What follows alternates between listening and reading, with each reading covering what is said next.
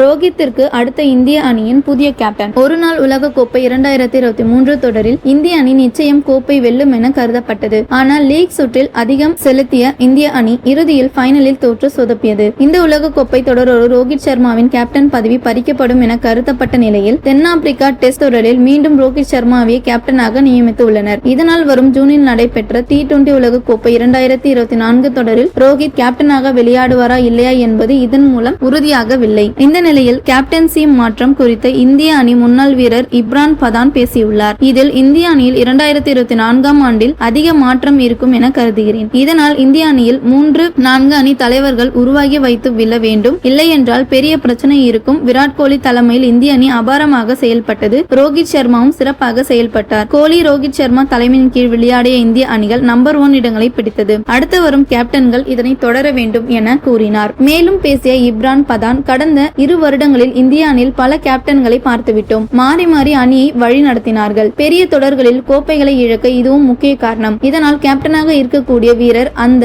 ஆண்டு முழுவதும் விளையாடும் அளவுக்கு பிட்னஸ் உடன் இருக்க வேண்டும். அப்படிப்பட்ட வீரரை தான் கேப்டனாக போட வேண்டும். ஓய்வு வேண்டும் என்று கேட்கும் கேப்டன் தேவையில்லை. இளம் வீரரை கேப்டனாக போட்டால் நிச்சயம் சிறப்பாக வழிநடத்த வாய்ப்பு உள்ளது. அதுவும் 3 விதமான அணியிலும் சிறப்பாக ஆடக்கூடிய வீரர் கேப்டனாக நியமிக்க வேண்டும். அவர் பேட்டராக, பவுலராக, ஆல்ரவுண்டராக யாராக இருந்தாலும் பரவாயில்லை என தெரிவித்தார்.